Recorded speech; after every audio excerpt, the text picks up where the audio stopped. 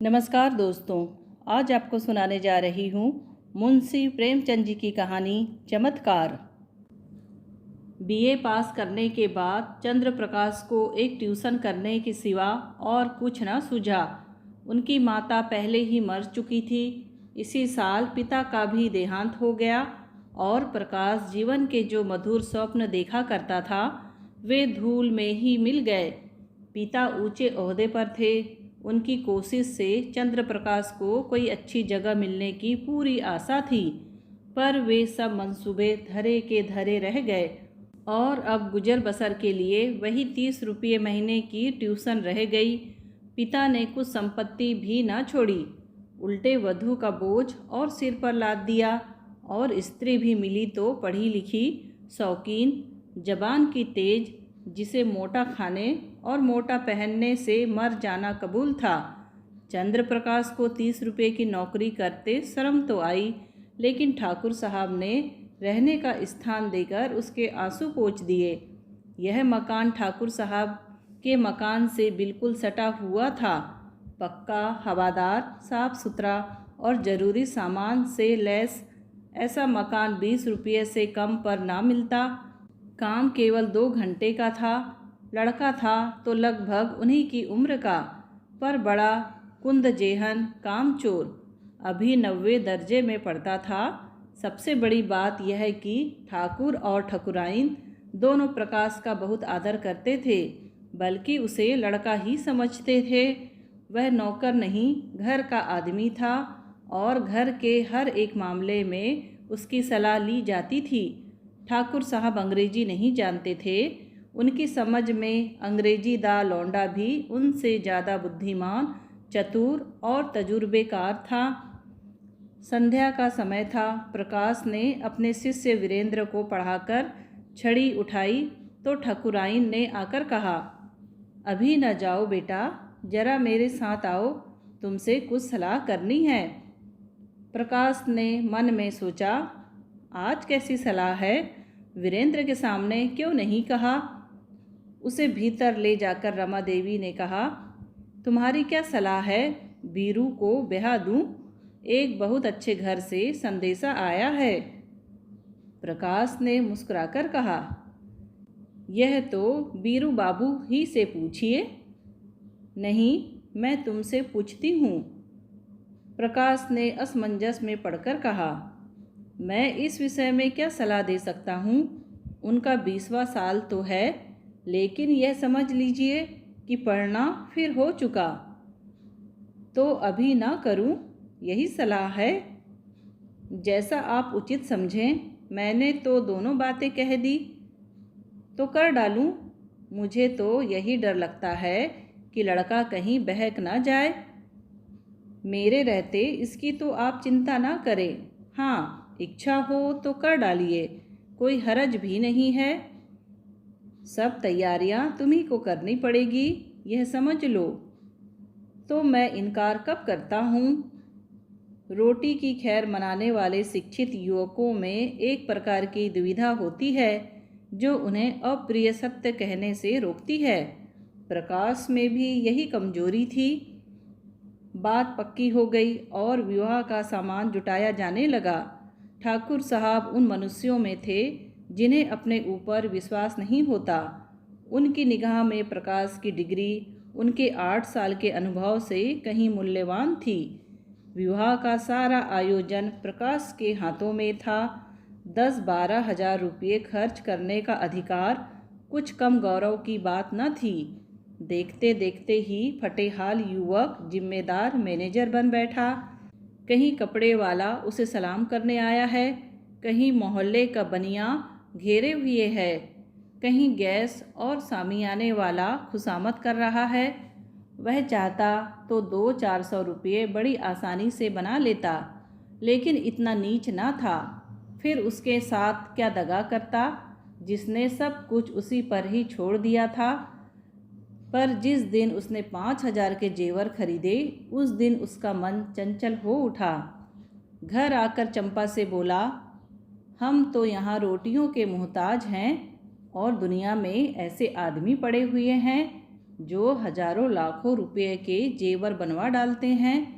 ठाकुर साहब ने आज बहू के चढ़ावे के लिए 5,000 रुपये के जेवर खरीदे। ऐसी ऐसी चीज़ें कि देखकर आंखें ठंडी हो जाए। सच कहता हूँ, कुछ चीज़ों पर तो आंख नहीं ठहरती थी।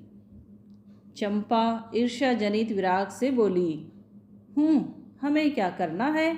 जिन्हें ईश्वर ने दिया है वे पहने। यहाँ तो रोकर मरने के लिए ही पैदा हुए हैं। चंद्र प्रकाश, इन्हीं लोगों की मौज है, न कमाना न धमाना। बाप दादा छोड़ गए हैं, मज़े से खाते और चैन करते हैं। इसीलिए कहता हूँ, ईश्वर बड़ा अन्यायी है। चंपा, अपना अपना पुरुषार्थ है, ईश्वर का क्या दोष? तुम्हारे बाप दादा छोड़ गए होते तो तुम भी मौज करते। यहाँ तो रोटियाँ खाना भी मुश्किल है, गहने कपड़े को कौन रोए? और ना इस ज़िंदगी में कोई ऐसी आशा ही है, कोई गत की साड़ी भी नहीं रही कि किसी भले आदमी के घर जाऊं तो पहन लूं। मैं तो इसी सोच में हूँ कि ठकुराइन के यहाँ ब्याह में कैसे जाऊंगी। सोचती हूँ बीमार पड़ जाती तो जान बचती। यह कहते कहते उसकी आंखें भर आई। प्रकाश ने तसल्ली दी, साड़ी तुम्हारे लिए लाऊं? अब क्या इतना भी ना कर सकूँगा? मुसीबत के ये दिन क्या सदा बने रहेंगे? जिंदा रहा तो एक दिन तुम सिर से पांव तक जेवरों से लदी रहोगी। चंपा मुस्कुराकर बोली, चलो, ऐसी मन की मिठाई मैं नहीं खाती। निभा होता जाए यही बहुत है, गहनों की ज़रूरत नहीं है। प्रकाश ने चंपा की बातें सुनकर लज्जा और दुख से सिर झुका लिया। चंपा उसे इतना पुरुषार्थहीन समझती है। रात को दोनों भोजन करके लेटे तो प्रकाश ने फिर गहनों की बात छेड़ी। गहने उसकी आंखों में बसे हुए थे। इस शहर में ऐसे बढ़िया गहने बनते हैं, मुझे इसकी आशा न थी। चंपा ने कहा, कोई और बात करो, गहनों की बात सुनकर जी जलता है। वैसी चीज़ें तुम पहनो तो रानी मालूम होने लगो। गहनों से क्या सुंदरता बढ़ जाती है? मैंने ऐसी बहुत सी औरतें देखी हैं जो गहने पहनकर भद्दी दिखने लगती हैं। ठाकुर साहब भी मतलब के यार हैं। यह न हुआ कि कहते, इसमें से कोई चीज़ चंपा के लिए भी लेते जाओ। तुम भी कैसी बच्चों की सी बातें करते हो। इसमें बचपने की क्या बात है? कोई उदार आदमी कभी इतना कृपणता न करता। मैंने तो कोई ऐसा उदार आदमी नहीं देखा जो अपनी बहू के गहने किसी गैर को दे दे। मैं गैर नहीं हूँ, हम दोनों एक ही मकान में रहते हैं। मैं उनके लड़के को पढ़ाता हूँ और शादी का सारा इंतजाम कर रहा हूँ।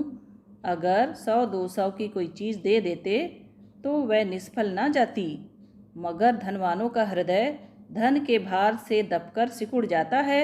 उनमें उदारता के लिए स्थान ही नहीं रहता। रात के 12 बज गए, फिर भी प्रकाश को नींद ना आती। बार बार वही चमकीले गहने आंखों के सामने आ जाते हैं। कुछ बादल घिर आए हैं और बार बार बिजली चमक उठती है। सहसा प्रकाश चारपाई से उठ खड़ा हुआ। उसे चंपा का आभूषणहीन अंग देखकर दया आई। यही तो खाने पहनने की उम्र है और इसी उम्र में इस बेचारी को हर एक चीज़ के लिए तरसना पड़ रहा है। वह दबे पांव कमरे से बाहर निकलकर छत पर आया। ठाकुर साहब की छत इस छत से मिली हुई थी। बीच में एक 5 फीट ऊंची दीवार थी। वह दीवार पर चढ़कर ठाकुर साहब की छत पर आहिस्ता से उतर गया। घर में बिल्कुल सन्नाटा था। उसने सोचा, पहले जीने से उतरकर ठाकुर साहब के कमरे में चलूं। अगर वह जाग गए तो जोर से हंसूंगा और कहूँगा, कैसा चरका दिया, या कह दूँगा, मेरे घर की छत से कोई आदमी इधर आता दिखाई दिया, इसलिए मैं भी उसके पीछे पीछे आया कि देखूं यह क्या करता है। अगर संदूक की चाबी मिल गई तो फिर फतह है, किसी को मुझ पर संदेह ही ना होगा। सब लोग नौकरों पर संदेह करेंगे। मैं भी कहूँगा, साहब, नौकरों की हरकत है, इन्हें छोड़कर और कौन ले जा सकता है। मैं बेदाग बच जाऊंगा। शादी के बाद कोई दूसरा घर लूँगा, फिर धीरे धीरे एक एक चीज़ चंपा को दूंगा जिसमें उसे कोई संदेह भी ना हो। फिर भी वह जीने से उतरने लगा तो उसकी छाती धड़क रही थी। धूप निकल आई थी। प्रकाश अभी सो रहा था कि चंपा ने उसे जगाकर कहा, बड़ा गजब हो गया, रात को ठाकुर साहब के घर में चोरी हो गई। चोर गहने की संदूकची उठा ले गया। प्रकाश ने पड़े पड़े पूछा, किसी ने पकड़ा नहीं चोर को? किसी को खबर भी हो? वह संदूकची ले गया जिसमें ब्याह के गहने रखे थे। ना जाने कैसे कुंजी उड़ा ली और ना जाने कैसे उसे मालूम हुआ कि इस संदूक में संदूकची रखी है। नौकरों की कार्रवाई होगी, बाहरी चोर का यह काम नहीं है। नौकर तो उनके तीनों पुराने हैं। नीयत बदलते क्या देर लगती है? आज मौका देखा, उठा ले गए। तुम जाकर जरा उन लोगों को तसल्ली तो दो। ठकुराइन बेचारी रो रही थी, तुम्हारा नाम ले लेकर कह रही है कि बेचारा महीनों इन गहनों के लिए दौड़ा, एक एक चीज़ अपने सामने जचवाई और चोर दाढ़ीजारों ने उसकी सारी मेहनत पर पानी फेर दिया। प्रकाश चटपट उठ बैठा और घबराता हुआ जाकर ठकुराइन से बोला, यह तो बड़ा अनर्थ हो गया माता जी, मुझसे तो अभी अभी चंपा ने कहा। ठाकुर साहब सिर पर हाथ रखे बैठे हुए थे। बोले, कहीं सेंध नहीं, कोई ताला नहीं टूटा, किसी दरवाजे की चूल नहीं उतरी, समझ में नहीं आता चोर आया किधर से। ठकुराइन ने रोकर कहा, मैं तो लूट गई भैया, ब्याह सिर पर खड़ा है, कैसे क्या होगा भगवान। तुमने दौड़ धूप की थी तब कहीं जाके चीज़ें आई थी, ना जाने किस मनहूस आयत से लग्न आई थी। प्रकाश ने ठाकुर साहब के कान में कहा, मुझे तो किसी नौकर की शरारत मालूम होती है। ठकुराइन ने विरोध किया, अरे नहीं भैया, नौकरों में ऐसा कोई नहीं, 10-10 हजार रुपये यूं ही ऊपर रखे रहते थे, कभी एक पाई भी नहीं गई। ठाकुर साहब ने नाक सिकुड़कर कहा, तुम क्या जानो, आदमी का मन कितनी जल्दी बदल जाया करता है। जिसने अब तक चोरी नहीं की वह कभी चोरी ना करेगा, यह कोई नहीं कह सकता। मैं पुलिस में रिपोर्ट करूंगा और एक एक नौकर की तलाशी कराऊंगा, कहीं माल उड़ा दिया होगा। जब पुलिस के जूते पड़ेंगे तो आप ही कबूलेंगे। प्रकाश ने पुलिस का घर में आना खतरनाक समझा, कहीं उन्हीं के घर में तलाशी ले तो अनर्थ ही हो जाएगा। बोले, पुलिस में रिपोर्ट करना और तहकीकात कराना व्यर्थ है, पुलिस माल तो ना बरामद कर सकेगी। हाँ, नौकरों को मार पीट भले ही लेगी, नज़र भी उसे चाहिए, नहीं तो कोई दूसरा ही सॉन्ग खड़ा कर देगी। मेरी तो सलाह है कि एक एक नौकर को एकांत में बुलाकर पूछा जाए। ठाकुर साहब ने मुंह बनाकर कहा, तुम भी क्या बच्चों की सी बातें करते हो प्रकाश बाबू, भला चोरी करने वाला अपने आप कबूलेगा, तुम मारपीट भी तो नहीं करते। हाँ, पुलिस में रिपोर्ट करना मुझे भी फिजूल मालूम होता है, माल बरामद होने से रहा, उल्टे महीनों की परेशानी और हो जाएगी। प्रकाश, लेकिन कुछ न कुछ तो करना ही पड़ेगा। ठाकुर, कोई लाभ नहीं। हाँ, अगर कोई खुफिया पुलिस हो जो चुपके चुपके पता लगाए तो अलबत्ता माल निकल आए, लेकिन यहाँ ऐसी पुलिस कहाँ, तकदीर ठोक कर बैठ रहो और क्या। प्रकाश, आप बैठे रहिए, लेकिन मैं बैठने वाला नहीं, मैं इन्हीं नौकरों के सामने चोर का नाम निकलवाऊंगा। ठकुराइन, नौकरों पर मुझे पूरा विश्वास है, किसी का नाम निकल भी आए तो मुझे संदेह ही रहेगा, किसी बाहर के आदमी का काम है, चाहे जिधर से आया हो, पर चोर आया बाहर से, तुम्हारे कोठे से भी तो आ सकता है। ठाकुर, हाँ, जरा अपने कोठे पर तो देखें, शायद कुछ निशान मिले, कल दरवाज़ा तो खुला नहीं रह गया। प्रकाश का दिल धड़कने लगा, फिर बोला, मैं तो 10 बजे द्वार बंद कर लेता हूँ। हाँ, कोई पहले से मौका पाकर कोठे पर चला गया हो, और वहाँ छिपा रहा हो तो बात दूसरी है। तीनों आदमी छत पर गए तो बीच की मुंडेर पर किसी के पाँव की रगड़ के निशान दिखाई दिए। जहाँ पर प्रकाश का पाँव पड़ा था वहाँ का चूना लग जाने के कारण छत पर पाँव का निशान पड़ गया है। प्रकाश की छत पर जाकर मुंडेर की दूसरी तरफ देखा तो वैसा ही निशान वहाँ भी दिखाई दिया। ठाकुर साहब सिर झुकाए खड़े थे, संकोच के मारे कुछ कह ना सकते थे। प्रकाश ने उनके मन की बात खोल दी। इससे तो स्पष्ट होता है कि चोर मेरे ही घर में से आया, अब तो कोई संदेह ही नहीं रहा। ठाकुर साहब ने कहा, हाँ मैं भी यही समझता हूँ, लेकिन इतना पता लग जाने से ही क्या हुआ, माल तो जाना था सो गया। अब चलो आराम से बैठें, आज रुपये की कोई फिक्र करनी होगी। प्रकाश, मैं आज ही वह घर छोड़ दूंगा। ठाकुर, क्यों, इसमें तुम्हारा कोई दोष नहीं? प्रकाश, आप कहें, लेकिन मैं समझता हूँ मेरे सिर बड़ा भारी अपराध लग गया। मेरा दरवाज़ा 9-10 बजे तक खुला ही रहता है। चोर ने रास्ता देख लिया, संभव है 2-4 दिन में फिर आ घुसे। घर में अकेली एक औरत सारे घर की निगरानी नहीं कर सकती। इधर वह तो रसोई में बैठी है, उधर कोई आदमी चुपके से ऊपर चढ़ जाए तो जरा भी आहट नहीं मिल सकती। मैं घूम घाम कर कभी 9 बजे आया, कभी 10 बजे, और शादी के दिनों में तो देर होती ही रहेगी। उधर का रास्ता बंद हो जाना चाहिए। मैं तो समझता हूँ इस चोरी की सारी जिम्मेदारी मेरे सिर है। ठकुराइन डरी, तुम चले जाओगे भैया, तब तो घर और फाड़ खाएगा।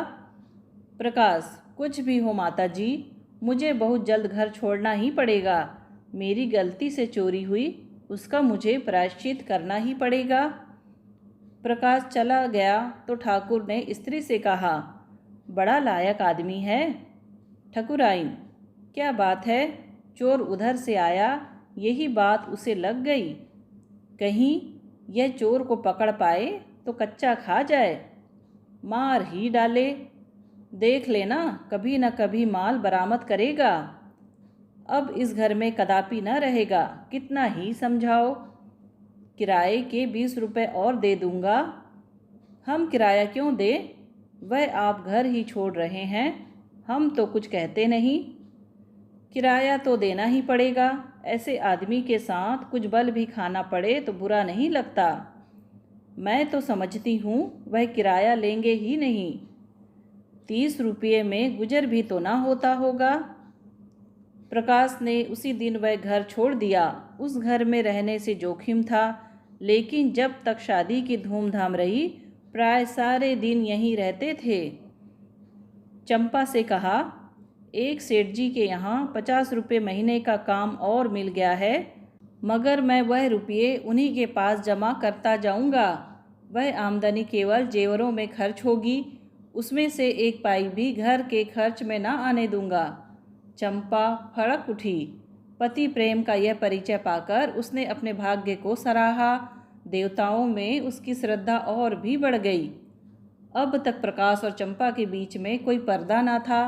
प्रकाश के पास जो कुछ था वह चंपा का था। चंपा ही के पास उसके बक्से, संदूक, अलमारी की चाबियां रहती थी, मगर अब प्रकाश का एक संदूक हमेशा बंद रहता। उसकी चाबी कहाँ है इसका चंपा को पता नहीं।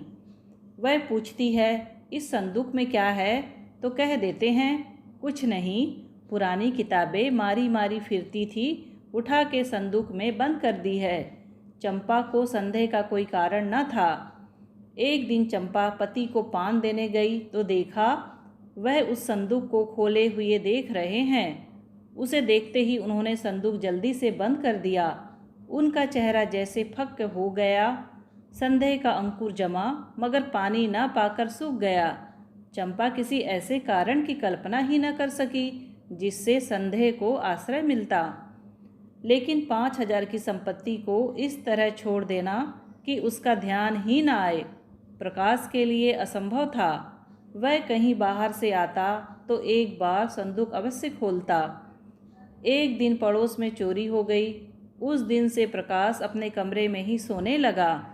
आषाढ़ के दिन थे, उमस के मारे दम घुटता था। ऊपर एक साफ सुथरा बरामदा था जो बरसात में सोने के लिए शायद बनाया गया था। चंपा ने कई बार ऊपर सोने के लिए कहा, पर प्रकाश न माना। अकेला घर कैसे छोड़ दे? चंपा ने कहा, चोरी ऐसों के यहाँ नहीं होती। चोर घर में कुछ देखकर ही जान खतरे में डालता है। यहाँ क्या रखा है? प्रकाश ने क्रुद्ध होकर कहा, कुछ नहीं है, बर्तन भांडे तो हैं ही, गरीब के लिए अपनी हांडी ही बहुत है। एक दिन चंपा ने कमरे में झाड़ू लगाई तो संदूक को खिसकाकर दूसरी तरफ रख दिया। प्रकाश ने संदूक का स्थान बदला हुआ पाया तो सशक बोला, संदूक तुमने हटाया? यह पूछने की कोई बात न थी। झाड़ू लगाते वक्त प्राय चीज़ें इधर उधर खिसक ही जाती है। बोली, मैं क्यों हटाने लगी? फिर किसने हटाया? मैं नहीं जानती। घर में तुम रहती हो, जानेगा कौन? अच्छा, अगर मैंने ही हटा दिया तो इसमें पूछने की क्या बात है? कुछ नहीं, यूं ही पूछता था।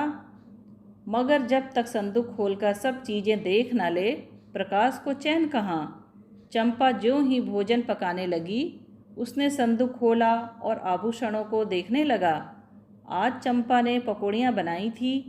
पकौड़ियाँ गरम गरम ही मज़ा देती है। प्रकाश को पकौड़ियाँ पसंद भी थी।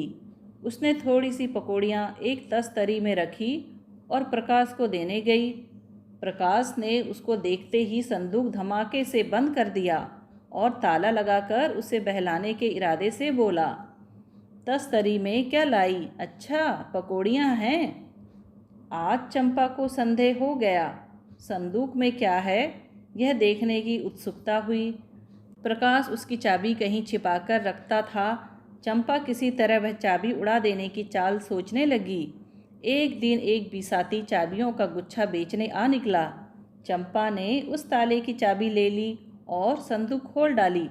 अरे, ये तो आभूषण हैं। उसने एक एक आभूषण को निकालकर देखा। ये गहने कहाँ से आए? मुझसे कभी इनकी चर्चा नहीं की। सहसा उसके मन में भाव उठा, कहीं ये ठाकुर साहब के गहने तो नहीं है। चीज़ें वही थी जिनका वह बखान करते रहते थे। उसे अब कोई संदेह ना रहा। लेकिन इतना घोर पतन! लज्जा और खेद से उसका सिर झुक गया।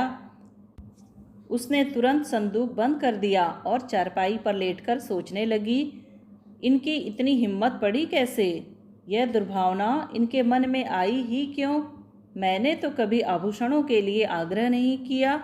अगर आग्रह भी करती तो क्या उसका आशय यह होता कि वह चोरी करके लाएं?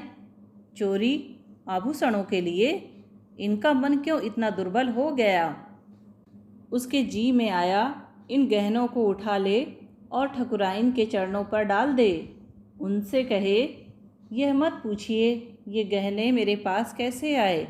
आपकी चीज़ आपके पास आ गई, इसी से संतोष कर लीजिए। लेकिन परिणाम कितना भयंकर होगा। उस दिन से चंपा कुछ उदास रहने लगी। प्रकाश से उसे वह प्रेम ना रहा, न वह सम्मान भाव। बात बात पर तकरार होती। अभाव में जो परस्पर सद्भाव था वह गायब हो गया।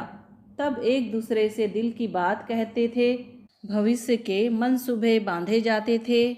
आपस में सहानुभूति थी। अब दोनों ही दिलगीर रहते। कई कई दिनों तक आपस में एक बात भी न होती। कई महीने गुजर गए। शहर के एक बैंक में असिस्टेंट मैनेजर की जगह खाली हुई। प्रकाश ने अर्थशास्त्र पढ़ा था, लेकिन शर्त यह थी कि नगद 10,000 की जमानत दाखिल की जाए। इतनी बड़ी रकम कहाँ से आए? प्रकाश तड़प तड़प कर रह जाता था। एक दिन ठाकुर साहब से इस विषय में बात चल पड़ी। ठाकुर साहब ने कहा, तुम क्यों नहीं दरख्वास्त भेजते? प्रकाश ने सिर झुकाकर कहा, 10,000 की नगद जमानत मांगते हैं, मेरे पास रुपये कहाँ रखे हैं? अजी, तुम दरख्वास्त तो दो। अगर सारी बातें तय हो जाए तो जमानत भी दे दी जाएगी, इसकी चिंता ना करो। प्रकाश ने स्तंभित होकर कहा, आप जमानत दे देंगे? हाँ हाँ, यह कौन सी बड़ी बात है? प्रकाश घर चला तो बहुत रंजीदा था। उसको यह जगह अवश्य मिलेगी, लेकिन फिर भी वह प्रसन्न नहीं है। ठाकुर साहब की सरलता, उनका उस पर इतना अटल विश्वास उसे आहत कर रहा है।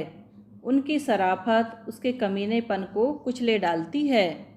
उसने घर आकर चंपा को यह खुशखबरी सुनाई। चंपा ने मुंह फेर लिया। एक क्षण बाद बोली, ठाकुर साहब से तुमने क्यों जमानत दिलवाई? प्रकाश ने चिढ़कर कहा, फिर और किससे दिलवाता? यही न होता कि जगह न मिलती, रोटियां तो मिल ही जाती। रुपये पैसे की बात है, कहीं भूल चूक हो जाए तो तुम्हारे साथ उनके रुपये भी जाएंगे। यह तुम कैसे समझती हो कि भूल चूक होगी? क्या मैं अनाड़ी हूँ? चंपा ने विरक्त मन से कहा, आदमी की नीयत भी तो हमेशा एक सी नहीं रहती। प्रकाश ठक से रह गया। उसने चंपा को चुभती हुई आंखों से देखा, पर चंपा ने मुंह फेर लिया था। वह उसके भावों के विषय में कुछ निश्चय न कर सका, लेकिन ऐसी खुशखबरी सुनकर भी चंपा का उदासीन रहना उसे विकल करने लगा। उसके मन में प्रश्न उठा, इस वाक्य में कहीं आक्षेप तो नहीं छिपा हुआ है? चंपा ने संदूक खोलकर देख तो नहीं लिया? इस प्रश्न का उत्तर पाने के लिए इस समय वह अपनी एक आंख भी भेंट कर सकता था। भोजन करते समय प्रकाश ने चंपा से पूछा, तुमने क्या सोचकर कहा था कि आदमी की नीयत तो हमेशा एक सी नहीं रहती, जैसे यह उसके जीवन या मृत्यु का प्रश्न हो? चंपा ने संकट में पड़कर कहा, कुछ नहीं, मैंने दुनिया की बात कही थी। प्रकाश को संतोष न हुआ। क्या जितने आदमी बैंकों में नौकर है उनकी नीयत बदलती रहती है? वह बोला। चंपा ने गला छुड़ाना चाहा। तुम जबान पकड़ते हो। ठाकुर साहब के यहाँ इस शादी में ही तुम अपनी नीयत ठीक नहीं रख सके। 100-200 रुपये की चीज़ें घर रख ही ली। प्रकाश के दिल से बोझ उतर गया। मुस्कुराकर बोला, अच्छा, तुम्हारा संकेत उस तरफ था, लेकिन मैंने कमीशन के सिवा उनकी एक पाई भी नहीं छुई। और कमीशन लेना तो कोई पाप नहीं। बड़े बड़े हुक्काम खूल खजाने कमीशन लिया करते हैं। चंपा ने तिरस्कार के भाव से कहा, जो आदमी अपने ऊपर इतना विश्वास रखे, उसकी आंख बचाकर एक पाई भी लेना मैं पाप समझती हूँ। तुम्हारी सज्जनता तो मैं जब जानती कि तुम कमीशन के रुपये ले जाकर उनके हवाले कर देते। इन 6 महीनों में उन्होंने तुम्हारे साथ क्या क्या सलूक किए, कुछ याद है? मकान तुमने खुद छोड़ा, लेकिन वह 20 रुपये महीने देते जाते हैं। इलाके से कोई सौगात आती है तो तुम्हारे यहाँ ज़रूर भेजते हैं। तुम्हारे पास घड़ी न थी, अपनी घड़ी तुम्हें दे दी। तुम्हारी मेहरी जब नागा करती है, खबर पाते ही अपना नौकर भेज देते हैं। मेरी बीमारी ही में डॉक्टर साहब की फीस उन्होंने दी, और दिन में 2 बार हाल चाल भी पूछने आया करते थे। यह जमानत ही क्या छोटी बात है? अपने संबंधियों तक की जमानत तो जल्दी कोई करता ही नहीं। तुम्हारी जमानत के लिए 10,000 रुपये नगद निकाल कर दे दिए। इसे तुम छोटी बात समझते हो? आज तुमसे कोई भूल चूक हो जाए तो उसके रुपये तो जब्त हो ही जाएंगे। जो आदमी अपने ऊपर इतनी दया रखे, उसके लिए हमें भी प्राण देने को तैयार रहना चाहिए। प्रकाश भोजन करके लेटा तो उसकी आत्मा उसे धिक्कार रही थी। दुखते हुए फोड़े में कितना मवाद भरा हुआ है, वह उस वक्त मालूम होता है जब नस्तर लगाया जाता है। मन का विकार उस वक्त मालूम होता है जब कोई उसे हमारे सामने खोलकर रख देता है। किसी सामाजिक या राजनीतिक अन्याय का व्यंग्य चित्र देखकर क्यों हमारे मन को चोट लगती है? इसीलिए कि वह चित्र हमारी पशुता को खोलकर हमारे सामने रख देता है। वह जो मनोसागर में बिखरा हुआ पड़ा था, जैसे केंद्रीभूत होकर वृहदाकार हो जाता है, तब हमारे मुंह से निकल पड़ता है, उफ़्फो। चंपा के इन तिरस्कार भरे शब्दों ने प्रकाश के मन में ग्लानि उत्पन्न कर दी। वह संदूक कई गुना भारी होकर शिला की भांति उसे दबाने लगा। मन में फैला हुआ विकार एक बिंदु पर एकत्र होकर टीसने लगा। कई दिन बीत गए। प्रकाश को बैंक में जगह मिल गई।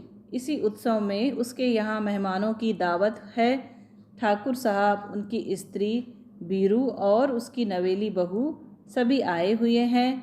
चंपा सेवा सत्कार में लगी हुई है। बाहर 2-4 मित्र गा बजा रहे हैं। भोजन करने के बाद ठाकुर साहब चलने को तैयार हुए। प्रकाश ने कहा, आज आपको यहीं रहना होगा दादा, मैं इस वक्त ना जाने दूंगा।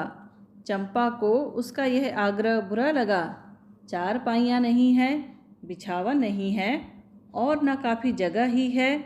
रात भर उन्हें तकलीफ़ देने और आप तकलीफ़ उठाने की कोई ज़रूरत उसकी समझ में ना आई।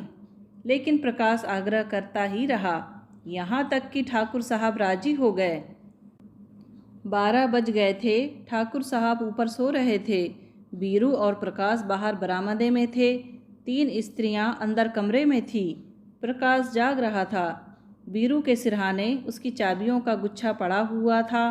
प्रकाश ने गुच्छा उठा लिया, फिर संदूक खोलकर उसमें से गहनों की संदूकची निकाली और ठाकुर साहब के घर की तरफ चला। कई महीने पहले वह इसी भांति कंपित हृदय के साथ ठाकुर साहब के घर में घुसा था। उसके पांव तक भी इसी तरह थरथरा रहे थे, लेकिन तब कांटा चुभने की वेदना थी, आज कांटा निकालने की। तब जौहर का चढ़ाव था, उन्माद, ताप और विकलता से भरा हुआ। आज जौहर का उतार था, शांत और शीतल। तब कदम पीछे हटता था, आज आगे बढ़ रहा था। ठाकुर साहब के घर पहुंचकर उसने धीरे से बीरू का कमरा खोला और अंदर जाकर ठाकुर साहब की खाट के नीचे संदूकची रख दी। फिर तुरंत बाहर आकर धीरे से द्वार बंद किया और घर को लौट पड़ा। हनुमान संजीवनी बूटी वाला धवलागिर उठाए जिस गर्वीले आनंद का अनुभव कर रहे थे, कुछ वैसा ही आनंद प्रकाश को भी हो रहा था। गहनों को अपने घर ले जाते समय उनके प्राण सूखे हुए थे, मानो किसी गहरी अथाह खाई में गिरा जा रहा हो।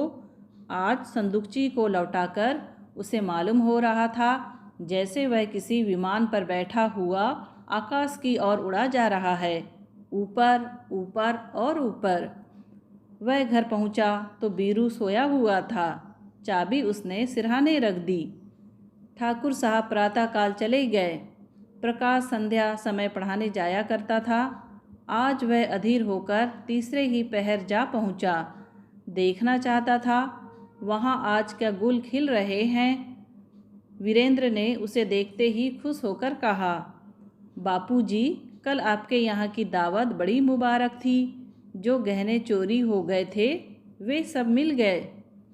ठाकुर साहब भी आ गए और बोले, बड़ी मुबारक दावत थी तुम्हारी। संदूक का संदूक पूरा मिल गया, एक चीज़ भी नहीं छुई, जैसे केवल रखने ही के लिए ले गया हो। प्रकाश को इन बातों पर कैसे विश्वास आए जब तक वह अपनी आँखों से संदूक न देख ले। कहीं ऐसा भी हो सकता है कि चोरी गया हुआ माल 6 महीने बाद मिल जाए और ज्यों का त्यों। संदूक को देखकर उसने गंभीर भाव से कहा, बड़े आश्चर्य की बात है, मेरी बुद्धि तो कुछ काम नहीं करती। ठाकुर, किसी की बुद्धि काम नहीं करती भाई, तुम्हारी ही क्यों। बीरू की माँ कहती है कोई देवी घटना है। आज मुझे भी देवताओं में श्रद्धा हो गई। प्रकाश, अगर आँखों देखी बात न होती तो मुझे तो कभी विश्वास ही ना आता। ठाकुर, आज इसी खुशी में हमारे यहाँ दावत होगी। प्रकाश, आपने कोई अनुष्ठान तो नहीं कराया था। ठाकुर, अनुष्ठान तो 20 ही कराए। प्रकाश, बस तो यह अनुष्ठान की ही करामात है। घर लौटकर प्रकाश ने चंपा को यह खबर सुनाई तो वह दौड़कर उनके गले से लिपट गई और न जाने क्यों रोने लगी, जैसे उसका बिछड़ा हुआ पति बहुत दिनों के बाद घर आ गया हो। प्रकाश ने कहा, आज उनके यहाँ हमारी दावत है। मैं कल 1000 कंगालों को भोजन कराऊंगी। तुम तो सैकड़ों का खर्च बतला रही हो। मुझे इतना आनंद हो रहा है कि लाखों खर्च करने पर भी अरमान पूरे ना होंगे। प्रकाश की आंखों से भी आंसू निकल आए। दोस्तों, कहानी सुनने के लिए आपका धन्यवाद। कहानी पसंद आई हो तो प्लीज़ लाइक और सब्सक्राइब ज़रूर कीजिए।